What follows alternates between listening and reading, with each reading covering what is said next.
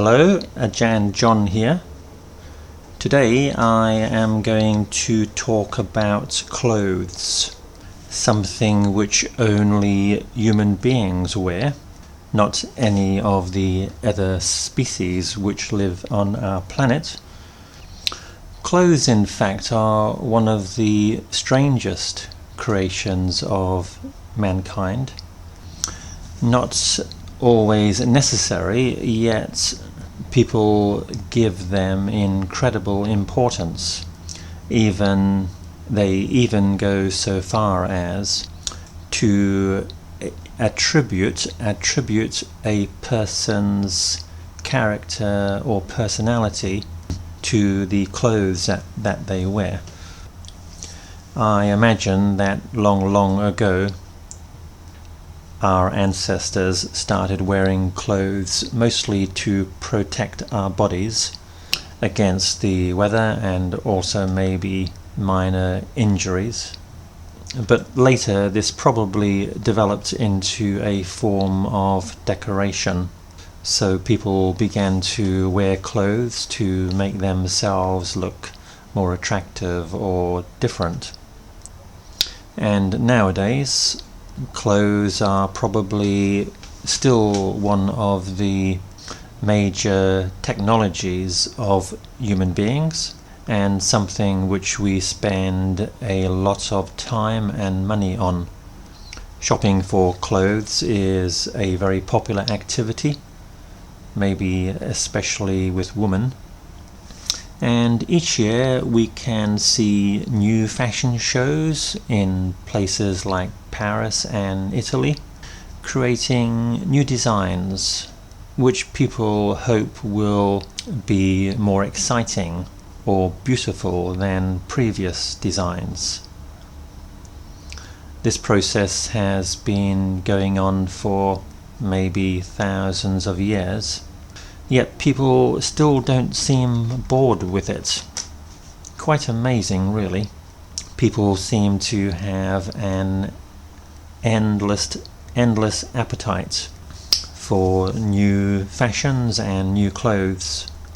Indeed, we even have furniture in our bedrooms to house these garments. I remember, for example, one of my previous girlfriends had an enormous closet in her bedroom with over 100 dresses stored inside. I really don't know how she ever was able to choose which dress to wear every day. If that was me opening the closet doors, I think I would have been totally overawed with the choice. My closet is a far more modest affair, with only a few shirts and pants. So choice is a much less complicated matter. So what do you think of Mark Twain's statement that clothes make the man? Naked people have little or no influence on society. I think when we say clothes make the man, we can interpret this in two ways. The first way is the clothes people wear create their character and personality, and the second is the garments people wear do not create their character but do create their social image, and other people will judge people by this image. If we look at the first interpretation, I think we can dismiss that out of hand. The idea that the clothes you wear will determine your character or personality seems quite absurd. Our character and personality is formed through our experiences and how we respond to them. As we live our lives, we have many experiences, and From each of these we may learn something, and this will slowly build up the character we become. The second interpretation is much more reasonable and valid. The idea that people do judge others according to what they wear. This is obvious in society. When we see someone wearing a smart suit, we tend to think that they are more intelligent, maybe better behaved. We expect people like bank managers and lawyers to wear smart suits, and we think this reflects upon their skills and abilities.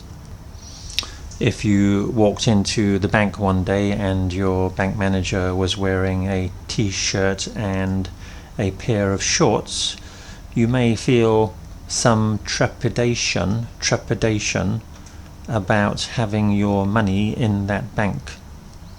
Despite the rational thinking which we may use to try and overcome our instincts, we may find it difficult to have confidence in someone dressed in this way. People wear uniforms to show authority. People such as policemen, nurses, government officers, airline pilots, soldiers. In wearing the uniform, we tend to think that they have more ability and are more trustworthy and reliable. It is quite clear that the clothes you wear can influence the way other people think of you. If you're going for a job interview, better look smart, otherwise you may not get the job. This has nothing to do with your intelligence, experience or skills, but people will inevitably judge you according to your dress. Mark Twain said that naked people have little or no influence on society. I think what he should have said was, people who wear unimpressive clothing have little or no influence upon society. People who look poor will not get the same respect as people who are smartly adorned. Actually, a better word there, smartly attired. People who are smartly attired. A-T-T-I-R-E-D. I think it is a great pity that we put so much store in clothes, because obviously they really have very little to say about a person's real character or personality. It really is extremely shallow to judge people according to what they are wearing. We can also see an enormous difference in dress between cultures. Compare, for example, the Indian sari, which women in India like to wear, with, say, the kind of dress a woman in New York might like to wear. Quite different, and both reflecting the culture in which people live. Climate is also a substantial factor, but not one which we really need to investigate very much in this talk. So let's do an essay question. People wear different styles and types of clothing, and many think that the clothing they wear reflects their character and personality. Do you agree or disagree? First paragraph, introduction. If you wander around the world, you can see an amazing variety of clothes which are influenced by culture and climate. Culture is the factor we are interested in here because it will attribute meanings to certain kinds of dress and lead to a different interpretation of people's character and personality. Paragraph 2. I'm going to support that clothes are not a way of knowing about someone's character. I think the idea that you can judge someone's character or personality by the clothes they wear is totally absurd. People wear clothes either for comfort or to convey a social image to other people.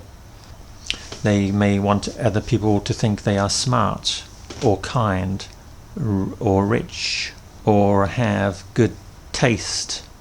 But all of these things are just what those people want other people to think. This does not tell us about their character, except that they do care about what other people think. But I think we can say that about almost everybody. It is certainly true that most people do attribute characteristics to the way people dress, and certain professions will follow this belief and dress appropriately. Lawyers, for example, will dress in smart suits, and other people will try to promote the self-image they desire by wearing clothes which they think will support this image. For example, I have a young female friend who loves to wear hats. She's only 19, but when she wears a hat, people tend to think she is older and more mature. She loves this added value the hats give her, and so is always looking in shop windows for new and more interesting designs. She went out with another female friend the same age last week who didn't wear a hat, and her friend complained constantly that other people would treat her like a child, whereas her friend was treated like a sophisticated, mature woman. Third paragraph, saying something in support of dress. On the other hand, people may behave in a better or particular way depending upon the clothes they wear. So the clothes can actually influence their behavior. For example, school students, when wearing a uniform, will often behave in a more polite way outside the school because they feel proud to wear the uniform, and they feel they must set a good example for their school. So sometimes clothes can actually cause you to change your character, but whether this is only superficial is open to question. Final paragraph, number 4. In conclusion, no, I do not think that the clothes people wear can really tell us much about their deep character. They probably just tell us about how they want other people to see them. That's the end of the essay. What clothes do you like to wear? Me, I like casual. Comfortable and casual. I find that if I feel comfortable, my brain works better. Fortunately, I am a teacher, and there really isn't a very strict dress code for teachers. We don't usually have to wear a tie, for example, although I have noticed that some teachers, especially younger ones, may overcompensate for their youth and lack of experience by being ultra proper in their dress. Thank you. Good night.